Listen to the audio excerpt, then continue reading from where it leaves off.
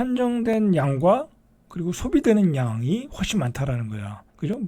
재테크로 우리가 모으는 거야 소비가 안 되지만 유통되는 거지만 그러나 이 산업재로서 많이 쓴다고 하면 그건 소비가 되는 거잖아요. 그죠? 그렇게 생각하시면 된다. 자, 그러나 금의 단점도 있어요.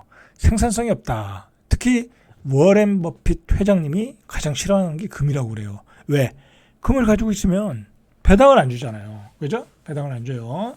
이자도 안 주고. 그래서 그냥 금속 덩어리에 불과하다. 그죠? 그래서 워렌 버핏 입장에서는 투자 가치가 없다. 뭐 이런 사람들은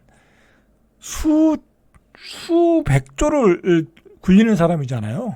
그러니까 금 투자해가지고서는 뭐 재미가 없는 거죠. 뭐 수백조 투자했는데 배당이 안 나와. 이 사람 입장에서 그렇게 생각할 수 있는 거죠. 그러나 우리 일반인 입장에서는 뭐 맞지 않는 얘기예요, 이 얘기는. 자, 그러면 결정적으로 언제 오르나 금은 전쟁과 재난이 닥치고 주가가 급락하는 상황. 그죠? 자, 최근 한 5년 동안 전쟁이 많았죠. 그죠? 러시아 우크라이나 전쟁, 중동 전쟁, 그죠? 이런 전쟁이 많았어요. 그래서 금값이 올랐어요. 그리고 물가가 급등하는 시기. 말할 필요도 없죠. 현금이 쓰레기가 됐다는 거니까. 물가가 그동안 급등했죠. 그죠? 이 인플레이션 압박이 계속 오면 금값은 계속 올라간다. 근데 인플레이션 압박은 앞으로도 계속 올 수 있다. 그죠? 그러니까 실물 자산을 사자. 그죠? 사자. 자, 그리고 이자율이 낮을 때, 그죠? 계속해서, 경기가 안 좋으면 금리 인하하잖아요. 미국도 그렇고 우리나라도. 근데 금리 인하는 계속해서 추세야. 옛날 같은 고금리가 올 수밖에 없어. 올 수가 없어. 그죠? 그러니까, 금으로 대체하자. 자, 그래서 이러한 이유로 금값이 올라가더라.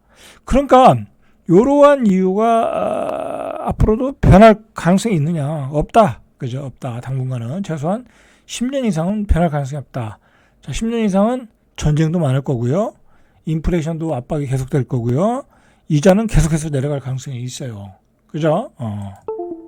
그러면서 러시아 우크라이나 전쟁이 일어나면서 많이 올랐었어요. 많이 올랐었다. 자, 그리고 또 한 가지 이유가 있어요. 이게 수요가 탄탄해졌다라는 거야. 뭐 부자들이 사는 게 아니라 일단 봐요. 부자들도 사지만은 그 다음에 산업재 수요도 많아요. 이게 제가 나중에 한번 조사해 볼게요. 그거는 산업재 수요도 많고 세 번째로 중앙은행들이 이 금을 산다라는 거야. 왜냐면 현금이 쓰레기가 되니까. 그죠? 그리고 여러 가지 국가 간의 어떤 제재가 있으니까. 그래서 이 금을 집중적으로 사들인 나라가 중국. 그죠? 중국. 이런 나라가 좀 불안하잖아요. 부동산 위기로 불안해서 샀고. 그 다음에 돈을 많이 벌어서 또 샀어요. 그죠? 인도 같은 나라. 그죠? 베트남도 돈이 많이 요즘 수출을 잘하고 있으니까 그런 나라도 사 모으겠죠. 그리고 자산 지키기에 열중하는 부자들들. 자, 이런 수요가 점점 커지고 있다. 자, 우리 부자들도 많이 사고 있을 거예요. 그죠? 자, 이런 수요가 탄탄해졌다. 그죠? 그리고 제 생각이 아니라 일반적인 생각이지만 여러분들 비트코인도 올라가요. 비트코인은 이건 말도 안 되게 올라갔잖아요. 수천 배 올라갔잖아요. 아니, 말도 안 되는 비트코인이 올라갔는데 비트코인은 아무것도 아니잖아요. 말 그대로. 뭐 그거는 진짜 디지털 머니잖아요. 그런데 가만히 생각해 보니까 비트코인도 올라가는데 왜 금값이 안 올라가요? 그죠? 자, 비트코인이 올라가면 금값도 올라가는 거예요. 자, 그런 연동성이 있다라고 생각하시면 금의 추세는, 금값의 추세는 우상할 가능성이 있다라는 거죠. 자, 역사상 채굴된 모든 금의 5분의 1을 각국의 중앙은행이 보유할 정도로 전통적인 큰손이다. 아니, 그러니까 현금만 가지고 있으면 중앙은행이, 우리나라도 마찬가지고요. 현금만 가지고 있으면 그 돈이 쓰레기가 될 수 있잖아요. 국가 입장에서는 금을 보유하고 있어야 되는 거예요. 그죠? 워낙 그 가치가, 돈의 가치가 떨어질 수 있으니까. 그런데 유독 최근 2년 사이에 금에 대한 쏠림이 뚜렷하다. 올 상반기에 각 중앙은행이 매입한 금은 483톤. 그죠? 작년 기준으로 역대 상반기 중 최고이다. 그러니까 현금이 자꾸 쓰레기가 되니까 불안한 중앙은행들, 그동안 돈을 많이 가지고 있는 중앙은행들이 그 쓰레기 돈 대신에 금을 사 모으는 거예요. 그죠? 뭐 중앙은행이라고 뭐 투자 안 하겠습니까? 현금보다는 금이 낫다고 생각을 판단하는 거죠. 그런 수요가 더 커질 가능성이 있다라는 거죠. 그죠? 자, 금매입에 적극적인 나라는 신흥국이다. 뚜르키예 45톤, 인도 37톤, 작년 상반기죠. 중국이 27톤, 폴란드가 19톤. 자, 이렇게 신흥국 중앙은행들이 금을 사고 있다. 그죠? 안전하기 때문에, 그죠? 수익률이 안전하다라고 생각하죠. 자, 금은 부자들 입장에서는 가장 안전한 자산이에요. 그죠? 금과 달러. 그죠? 자, 그리고 어떤 위험이 있냐면, 제재를 받으면, 러시아 우크라이나 전쟁에서 이제 러시아가 제재를 받았잖아요. 제재를 받을 경우에 다른 나라로 표시된 자산은 아무 소용이 없다는 거야. 거래를 할 수 없으니까. 그런 입장에서도 안전한 자산이다. 보안제다. 라고 깨달았다라는 거죠. 러시아 우크라이나 전쟁을 통해서. 자, 그래서 금값이 지금 폭등하고 있다라는 거죠. 자, 폴란드 중앙은행 총재 아담 글라빈스키는 이제 폴란드 금 보유량이 중국을 넘어섰다. 외환 보유고의 20%를 금으로 채울 거다. 현재는 14.9%. 그죠? 자, 이렇게 은행들이 금을 선호했다라는 거야. 예전엔 달러보다.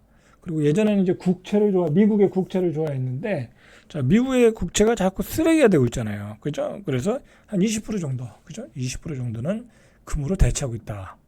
자, 인도와 나이지리아 중앙은행도 올해 각각 영국과 미국에 보관해왔던 금을 자기 나라로 회수한다.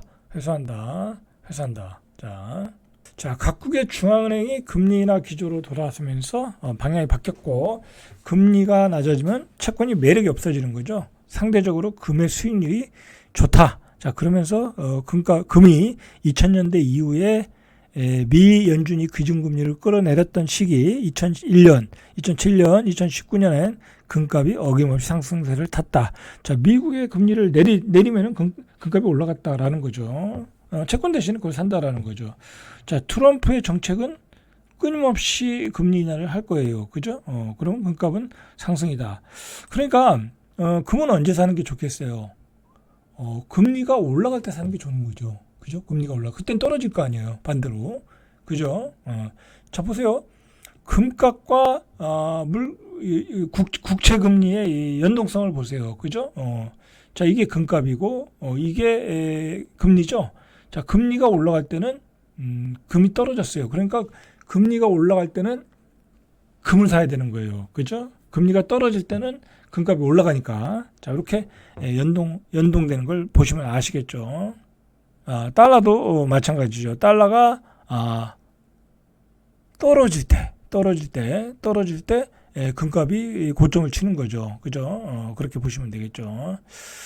자, 여러분들, 금은 가장 안전한 자산이고요.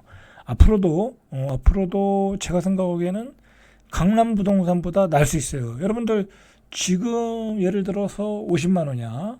그러면 이 금이 한 돈에 100만 원 가는 게 빠르겠어요? 아니면 50억짜리 집이, 강남에 50억짜리 집이 100억이 되는 게 낫겠어요? 그죠? 금이 더 나은 거예요. 그죠? 금이 더 확률이 높아요. 그리고 강남에 50억 집이 100억이 되면 무슨 문제가 있냐면, 살 때 취득세 내야죠. 가지고 있을 때 보유세 내야죠. 그리고 양도소득세도 어마어마하게 내야 돼요. 1가구 1주택이라고 해도.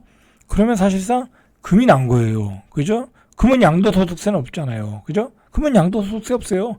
내가 50만 원 샀는데 100만 원에 팔면 되는 거예요. 부가세만 내면 되는 거예요. 부가세만. 그죠? 살 때 부가세만 내면 되는 거예요. 그죠? 그렇게 생각하시면 된다. 자, 여러분들, 금에 대해서 어떤 긍정적인 마인드를 가질 필요 있다. 단, 분산 투자해라. 그죠? 분산 투자해라. 그리고 금리가 올라갈 때 사는 거다. 그리고 계속해서 조금씩 모아 나가라. 자, 절대값TV의 명품 PD, 한 PD였습니다.